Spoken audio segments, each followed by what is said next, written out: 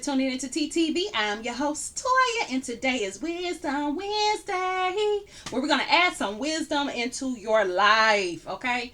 Now, the book I go over, the one that we're working on right now, is called the Tao Te Ching, and this is the version that I had picked up.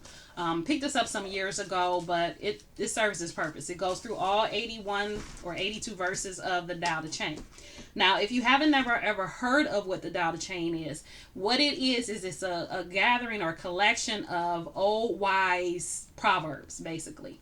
Old wise Chinese proverbs. Said to be written by Leo Taz. It's this name right here. Okay. Lao, and then last name is Tzu.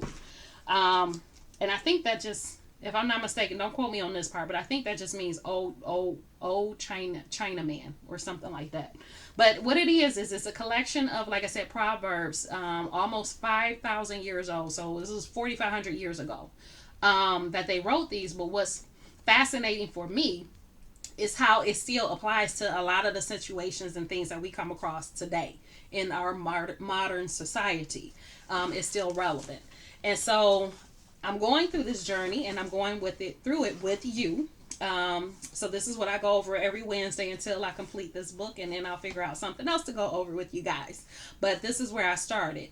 So this one is called Avoiding the Voids. Avoiding Voids, and it's verse 24 in here. I wish they would have said something other than verse, because it makes it feel religious, and it's not religious. It's more philosophical. Okay, so it's or spiritual as far as how it breaks things down. So it's not doing it necessarily in a religious manner, but it is giving you information to pretty much bring some extra additional wisdom to your life. Okay, and make you get you thinking, get those wheels turning, and get you to look at things different, which is what I really like and enjoy about this. So let's get into it. This one is a short one, not very long at all, but it's called Avoiding the Voids. And before I get started, please like, subscribe, and share, because if you get something out of this content, chances are someone else will as well. And by subscribing, you support your girl. Okay, so keep me motivated on doing these, because I'm gonna tell y'all, sometimes I feel like I'm wasting my time with it. The other thing as well is make sure you put your comments down below, because I love to hear your take on what you got out of this, or what you felt it meant to you, or what it triggered in your head as far as, getting those wheels to turn. So let me know in the comments below, and let's get started. All right, so avoiding voids. Standing on tiptoe will only make you tipsy. Walking with long strides will not allow a long walk. Shining the light on yourself will never enlighten you. Being self-righteous precludes you from being right. Boasting about yourself will never boast your eminence. Eminence. Parading yourself parades leadership. Tao conscious avoids the cultivation of all the ego's bloated voids. So, you know what? Let me do that first. We're going to define a void, okay? Meaning, and I'm just doing a quick Google search. So, a void. Not valid or legally binding. Completely empty. Okay, completely empty space. To say it's not valid, to discharge or drain away. So basically, we're going to go with this one, because this is the adjective, which means completely empty. So to be void means there's nothing.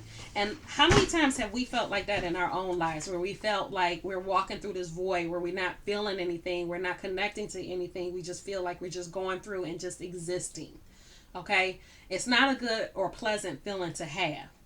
And for this, what I think this is going by is, a lot of times we go through motions of things without actually going anywhere. It's like being on a treadmill. You're running on this treadmill. You're going through your day-to-day work, your day-to-day routines. You're doing your stuff day-to-day, but you're not going anywhere, and you don't feel anything from it. Not that you don't feel it from a treadmill, because you do, but you get the analogy that I'm trying to make. So to break this down line by line, standing on tiptoe will only make you tipsy. So when you standing on a tiptoe, you're unbalanced, okay? So it makes you tipsy. You can fall over very easy. Walking with long strides will not allow for a long walk. If you're walking with long strides, you're trying to hurry up and get to wherever it is you're going. So you're not taking your time. You're not enjoying the walk itself, the actual activity. You're just trying to go somewhere, just trying to do something. Shining a light on yourself will never enlighten you. Um, Most of this is self-explanatory, but basically, just because I put light on me doesn't mean I'm enlightened. How many people have we known or come across to where they feel like they get one message or they understand one concept and now they just the most enlightening being in the world? And the truth is there's still so much more you need to know. And that's how it is. Most people who are enlightened, most people who do know a lot, understand too that what they know is only the tip of the iceberg. That there's so much more that they don't know. That the amount that they know is nothing compared to the amount that they don't know. Being self-righteous precludes you from being right. If you feel you right on everything, then you feel like you can never be wrong. And if you can never be wrong, then you're always right. And everybody is wrong sometimes. Everybody. And it takes a big person to admit when they're wrong. It takes a big person to admit when they did something wrong. So I think that's what this is talking about. Just because you say and you feel like you self-righteous does not mean you're right. Just because right is in righteous doesn't mean that's you. Boasting yourself will never boast your eminence.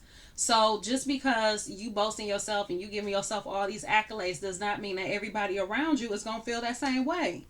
You know, after a while, people start to feel that you're narcissistic, always boasting yourself, always talking about yourself like you can't do no wrong, like you Jesus walking on water, okay? And nobody really wants to be around that. So just because you boast yourself and you feel like you this great person, it doesn't mean that you somebody that everybody else wants to be around. Don't nobody want to be bothered with you. Parading yourself parades leadership.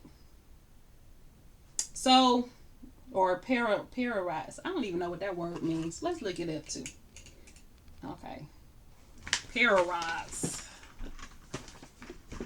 I know y'all probably cracking up laughing. Look at her trying to do these words. But sometimes that's how it is. When you're reading something, you have to, how do you spell that? Parodies. You have to write stuff down to figure out what it means. Parody. Parodies. Y'all, don't tell me y'all ain't never had a moment like that. I remember this one time I couldn't get the word out. It was facade. And if you ever seen the word facade, it looked like facade.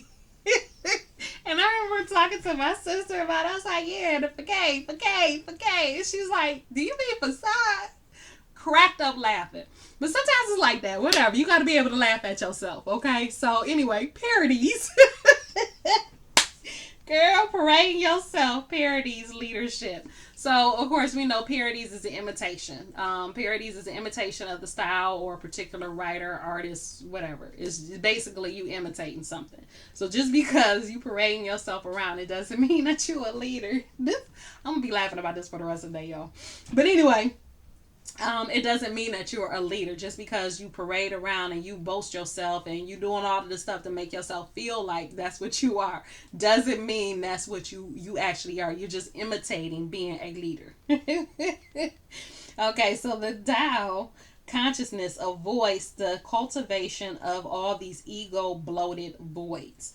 And so I think that my opinion of it, again, I want to know yours, so drop it in the link below.